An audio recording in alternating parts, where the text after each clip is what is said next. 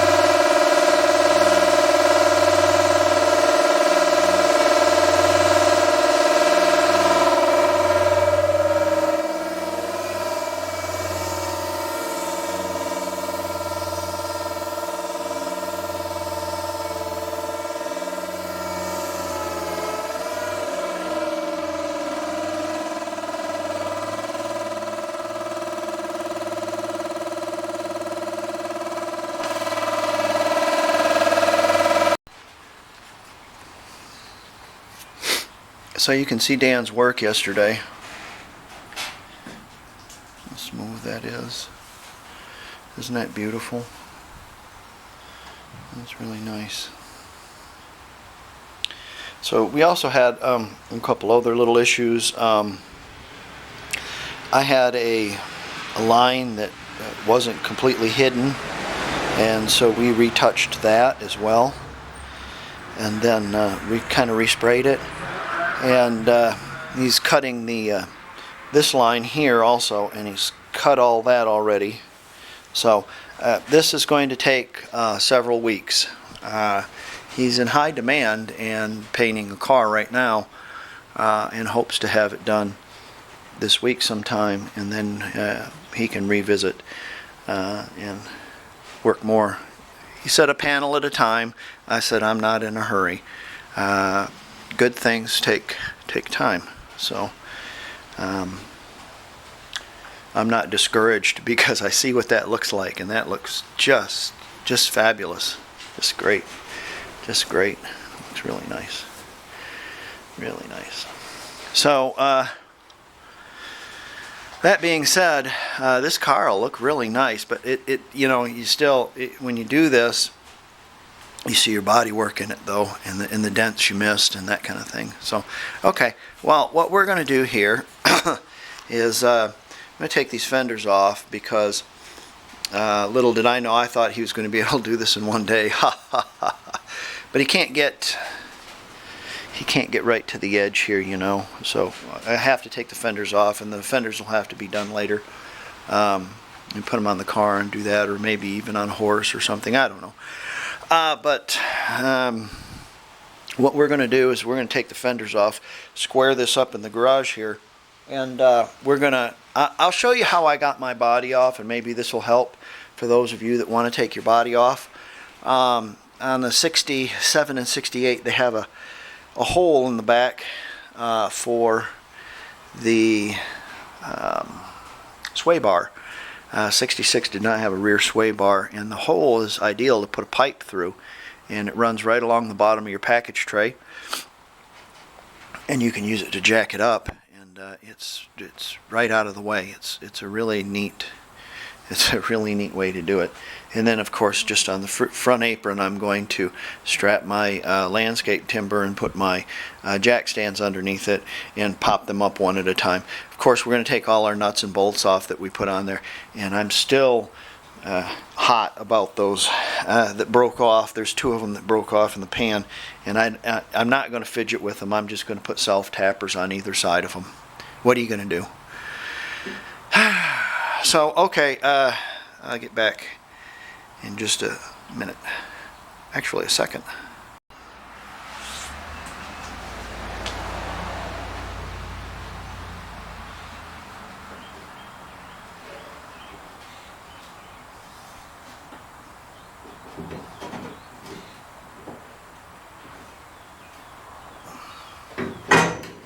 Here she is. Now, I've got another piece of pipe that goes over the top because this one isn't long enough, and we'll put our carts underneath here and we'll be able to pick the body up and down. In my household, the jack stand pixies came by and stole one of my jack stands, so I no longer have 4 jack stands. So I'm using this little jack, and essentially what you can do, and you do this if you had jack stands as well. Once you get all your bolts out and you get the back propped up, you can just kind of pick it up like that. And let's have a look inside what we got. Let's feel if we got enough. Yeah, I think we've got enough material there.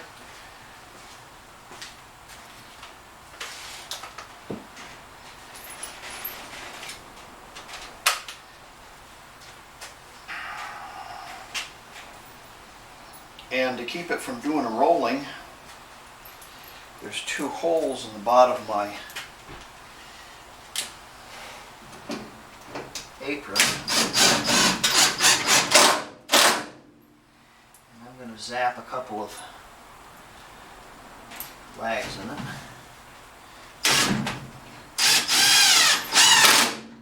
And what that'll do is it'll help to keep that thing from moving like this. And then what you can do is, you know, we don't need a lot. We just need 3 or 4 inches to slip our gasket in. Oh, it's on the side. And so,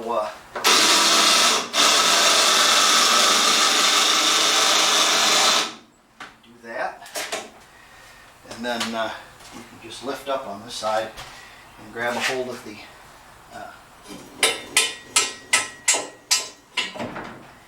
like that, and then we can pump up, go up, back in here. Let's see how we're going to clear it.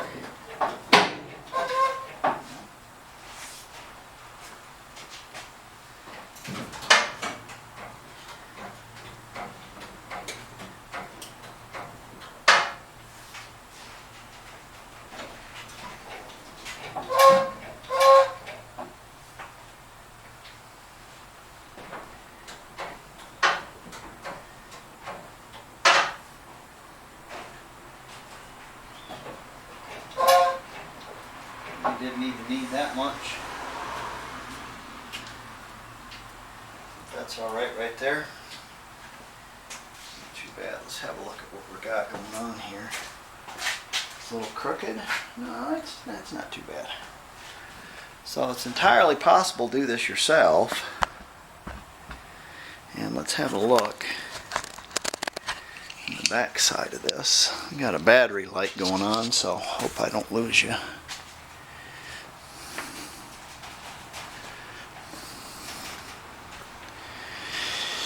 Yep.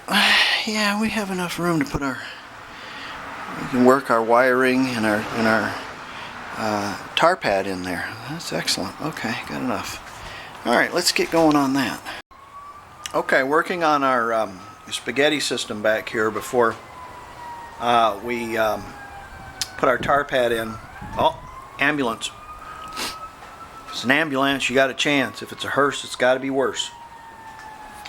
So our spaghetti system, let's have a look at it here. The white wires here, or the white deals, this here, these 3, oh, that's fire truck, are for lights, as well as this is for lights. It's just on the other side, you know. And then This big wed wire, wed one, looks like it's going to have to be dressed up a little bit. That goes on your starter, okay? And then this wire here, if you look at it, it's gray and red, and if you look in the book, gray and red is what it is. But coming off of it, on this car, it's blue and gray. And so, of course, you know, since it's got this big long gizmo here, it goes up to the Pope's nose for the taillight light. And then you have these, and since there's 3 of them on there, you all know what that is. That's your hot for your coil and your electromagnetic and your choke. And then this one single wire, it appears to be blue, is probably your oil pressure switch, for certain. And you got 2 wires going to your generator. All right. This chair comes off of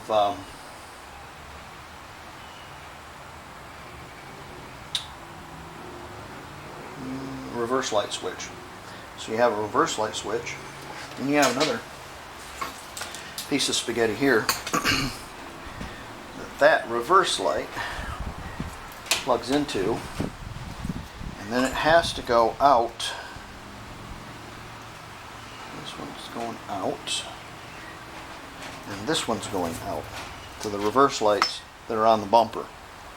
Remember these? This is this 1 year only. This has reverse lights on the bumper, so it has this additional piece of spaghetti system here. If you have a newer car, it'll be incorporated into this, or an older car, which didn't have backup lights. Won't have it. So what we need to do is we need to look at all the spaghetti and make sure that it's okay. It looks good. I mean, the wires look okay. There's a couple of questionable places where somebody, you know, where Abner has taped it up with some electrical tape, because electrical tape is the way you do splices, you know. Okay, but what I'm getting at is, before we put our tar pads in, we have to find out where all these go, and I know you're going to have a hole in that tar pad in order to get there's probably one there, and probably one on the other side. I'll have to examine this a little closer. Maybe I'll get on YouTube and see, but we have to figure out exactly where they go. And again, while you're figuring this out, you better be careful, don't cut yourself on those. So let's get looking here. Thinking this is going to go up against the side, underneath the side one. This one here, if you can see, it's got a little bend right there. This goes up in there a little bit farther because I pulled it out. You remember that Abner cut the wiring harness, so I could pull this out a little bit and have a little bit more to work with, but I push that in a little bit farther. But I think this right here is where it's going to come out of the firewall, right through the hole there. And I think this one, I'm not sure if my line here,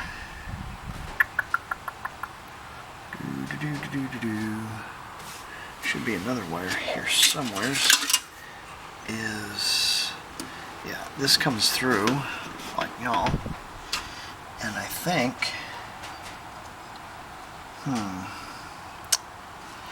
I know there's this is going to have to be powered, so possibly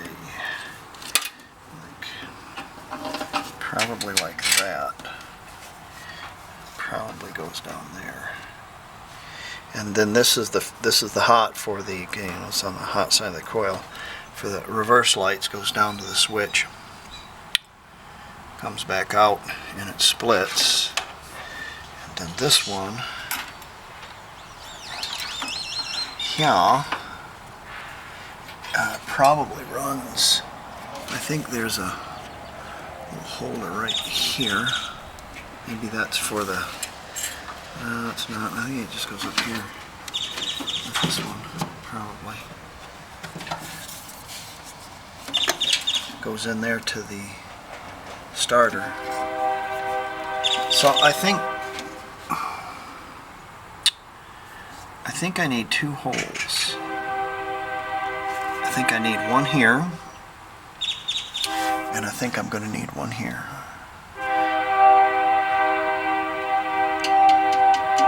Yes, I ordered that train too.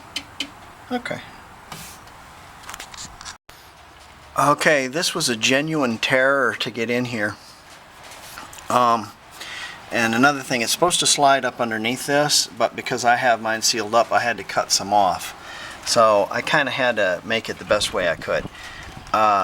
It's got this material-like stuff on the outside of it that just kind of pulls, and it makes it not look very pretty. I was thinking this would be not have material on it, it'd be all tar, but what are you gonna do? It's in there anyways. I've got this wire here running along the bottom here because I don't think it went underneath this. There was one wire that did go underneath it. It was the backup light wire because there's one little hook for a tiny little wire, and that's all there was. So I'm figuring that was it. And what I did is I used these tabs to hold my backing deal in, and I took a little baling wire and kind of wired them up. I'll probably put a little dot of urethane down there just to keep them from rattling around. And there you go. So these are our generator wires. They probably this set of wires goes here, that goes there. Yeah, something like that. Anyways, I had to make a hole there, and I made a hole here down at the bottom as well for that. So now let's put our side pieces in, and they're probably equally as aggravating. So I'm going to do this one first because it has more wires, and it looks decidedly more aggravating, so I'll do it first. Okay, I didn't have to pull too many teeth in order to get that in. It's highly possible that that little line, or that little deal where the line went, could be for the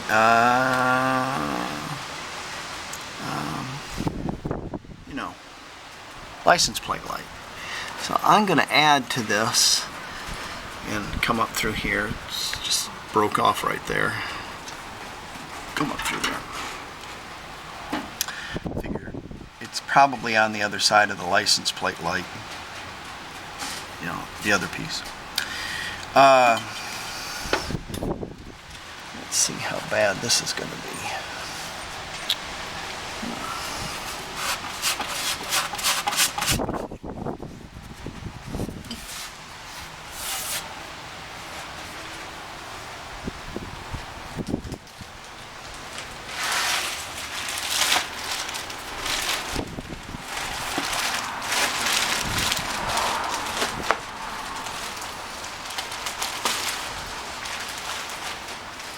The other side of this, on the other one, right here, this piece, came off, so I slipped it behind this. Remember, this is these parts are from Way Cool Dune Buggy, Hang Loose Dude Bugs, so it's highly probable that nothing fits right. So I'm going to, let's see here. How am I going to do that? I'm going to have to put a slot in that. Put that behind there. I probably have to put that behind there first and put a slot in it. Like, yeah. A lot of you don't know this, but I'll tell you the story about Hang Loose Dude Bugs. And this was from my brother. I believe this story. I think he told me it. And he was looking for some part for his Volkswagen. I can't remember what it was. It was, you know. And he called that place up, and he got a surfer type on the phone. You know, Way Cool Dude. You know, like Hang 10, that kind of guy. And couldn't quite understand what Brian was wanting. because it wasn't for a Baja, a Cal look bug, or a dune buggy. So that's why I call that place hang loose dude bugs. Okay, I'm gonna probably make a slot in that, and then the wires will fit in there, and yeah, okay.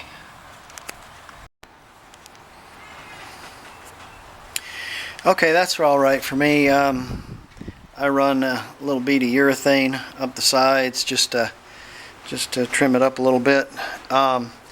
Next on the agenda is to gather up all your nuts and bolts for your body. New rubbers, nah, it'd be okay. They look all right. And you tap out all your holes and run a die on all your bolts, because if you don't, why, they'll just snap right off. Yeah. Okay, I've got all the important stuff tapped, front and the back mainly. I can't tap the sides because I don't have the body down. But as far as the gasket, I'm going to use my old gasket. Oh my God, he's going to use the old gasket. Yeah, why not? It's probably better than anything new you're going to get, and it's probably going to fit better because it's already formed. And yeah, but it's in 4 pieces. That's okay. Don't worry about it. So what you want to do is pick the big boogers off of it. Okay, all the big rust boogers or whatever might be on there, like sealant boogers and that kind of stuff. And here's what I'm using. This is made by C.R. Lawrence. It's windshield and body sealant, and it's particularly nasty stuff. So the first thing you want to do is you want to figure this out. Okay, let's see. This laid down first, and the other side laid over the top of it. Now you can tell. And this was let's see here. This went like that. Yeah, like this. Yeah. Yeah, and that hole went there. Yeah, okay. Now we can lay some sealant, and we'll lay this piece on there. And we'll do the same for all 4 pieces, and we'll join the gaps together with this stuff. It doesn't set up. It's just stringy, nasty, beautifully goo. But boy, I tell you, it'll seal. It'll weatherproof your car. So we can use that, and then once I get that all down, we'll lower the body onto it. And I'll show you when I got it all out, and then we'll lower the body down into it. On the top and the bottom of that, I did a double bead. One on the outside, one on the inside, just like how it's kind of like a bulb, you know, on the outside and on the inside. Did the same thing, top and bottom. Now you can lower her down on and get a couple of bolts in it. Now you can work your bolts over the course of a couple of days, because this stuff doesn't set, you know.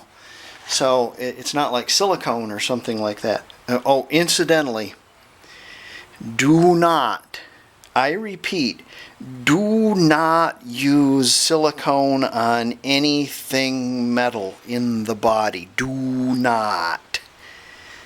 Thank you. The reason being is silicone. Did I mention do not use it? Yeah. Do not use silicone on anything in the body, windshields, around the glass, to seal anything. Don't use it. Stop. Don't stop. Oh my God, silicone. Silicone is carried by an acidic base, and anytime you get a small fracture in the paint, or you know, a little chip or something around where you put silicone, it will rust, and it will rust famously. It will rust. Don't use silicone, please. Please don't put your glass in with silicone. Please don't. Please. Okay, it's enough about silicone. This stuff is about $12 a tube. It's pricey, and it's really messy, but it works good. So we're going to lower our body down onto this, and it's going to have a fabulous seal. I mean fabulous. And the spooge that comes out the side, we'll do a little glove treatment too. After a while, it will start to skin, where if you brush up against it, it won't you know, it won't start stringing out all over the place. But it takes 2 weeks for that stuff to skin. Yeah, it takes a long time. So, but that's what's so great about it is, as the body's shifting and moving and as stuff moves around and stuff, it moves too. It's not solid in there, and you won't get a break. So yeah, this car will float when I get done. Ha! On these front 2 bolts, there's 2 on either side. And they're not 8mm, they're 10mm. So what I do is I run a tap up in them. Like I did, even my 8mm, I run a tap up in it. And I happen to have some pretty good sized 10mm bolts. And because the original ones look a little worse for wear. So I'm going to put new bolts up in it. And what I did is kind of move that plate around up there to get it so it would you could catch the threads with these. And then what I'm going to use this gadget on the end of a drill. It's kind of neat. I wish I could do it with both hands, but it spins it kind of at a 45 or a 90. And it'll allow you to hook up on those threads a little easier. So, yeah, it's every one of them's the same way. You gotta find the hole and then get up in there with a tap and tap it all out, and then put a die on your bolt if it's an old one. Clean it up because the thread foul pixies had come by and rusted all your threads up, so they'll just snap off magically when you go to put them in there. Yeah, all right. Anyways, okay, so I'm working my way around it. I've got a couple in there on the other side also, those the 10mm bolts. I've left everything loose. That way if I have to shift things around, I can, see, they're not tightened up. Then we'll go around, once we get all the bolts in the threads, we can tighten them up. In the front, I should say right here, right there, there's 2 bolts on either side, and they have like little washers, like, you know, like that size on them. They're not very big, and the holes are almost the same size, a little bit smaller, and I just didn't like that. And so I took the bolts back out and I went down to O'Reilly's. Oh, really? And I bought some ones that are slightly longer. I believe these are 50s and the others were 40s, 40mm. So they're a little bit longer.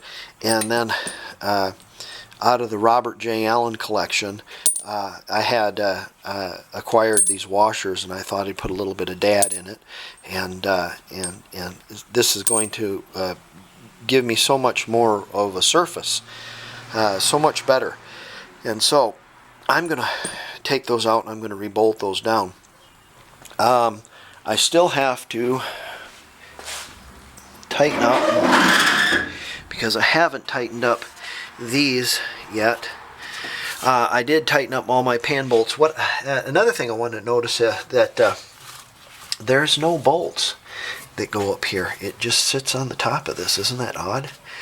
But I've got a great seal because I used that soft seal stuff, and when I started tightening them all up, you could see it spooging out all over. So it ought to be famously sealed. So it should be pretty good. So again, use your taps and use your dies. And I'm going to put these in here, and that's probably going to be the last I'm going to do on bolting up my body. I've got all my bolts in now, and I've got them all tightened up on my pan. I just have to tighten up my mounts back here, and I want to replace the ones on the front because I just didn't like them.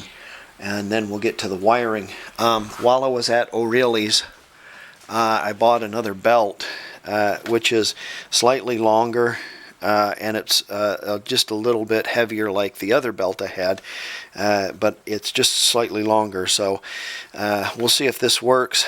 And I would bet the reason why I need a different belt is because of that Brazilian aluminum block. It's putting the pedestal a little bit high, and it'll fit on there, the original belt, but it's like a banjo string. So as you engineer the car, you know, you run into things like this, but don't let that stop you, because you know you can get a belt a little bit bigger. So okay, I'm going to put these bolts in, and we'll get to the wiring on the car, I believe, next. I'm going to end this video segment with some belts and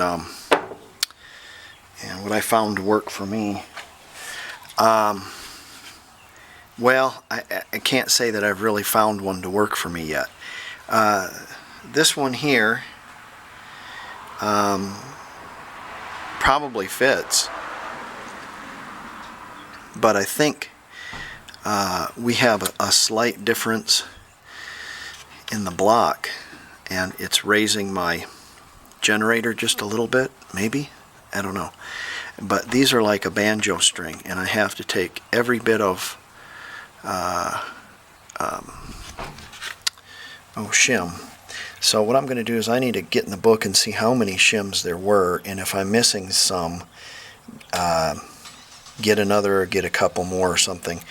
But I did find this belt. I think 68 has to do with the width or something, but 37 is inches, and it's 37 inches around, and it, with all the shims on the back side of it, and this as tight as it can be, it's just perfect. But what's going to happen is in about 10 miles, that's going to stretch, and it's going to start getting a little looser, and there's no way to tighten it up more. And the other belt, the 36, they make, it's just only in inches. They don't make half inches, I guess. Gates doesn't.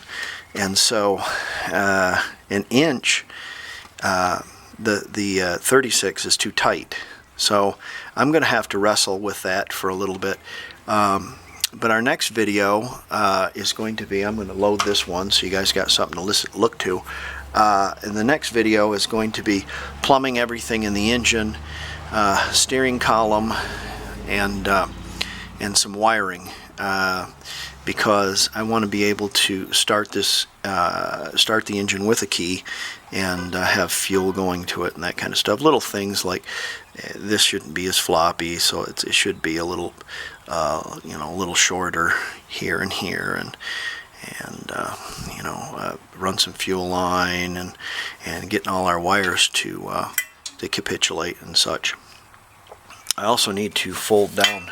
Get up underneath here and fold this lip down under here and such like that. I'm not going to worry about my tin quite yet because I haven't got that far. I'm more interested in making it, just one system, so I can steer it, and so the key will start it. So and that way I can move it around a little bit easier. I'm still in the process of having it buffed, and that takes quite a time when your buffer is working on another project. So alright, well, I'm going to load this so you guys got something to watch, and then we'll start on probably coming back there and wires and such, hoses, clamps. Yeah, that fuel pump's still kind of iffy. I need to look at that and see if that's gonna be okay. I might need to take that apart and really examine it well and reseal it. So, okay. Thanks for wrenching with me. Like and subscribe, and I'll be back just a little bit.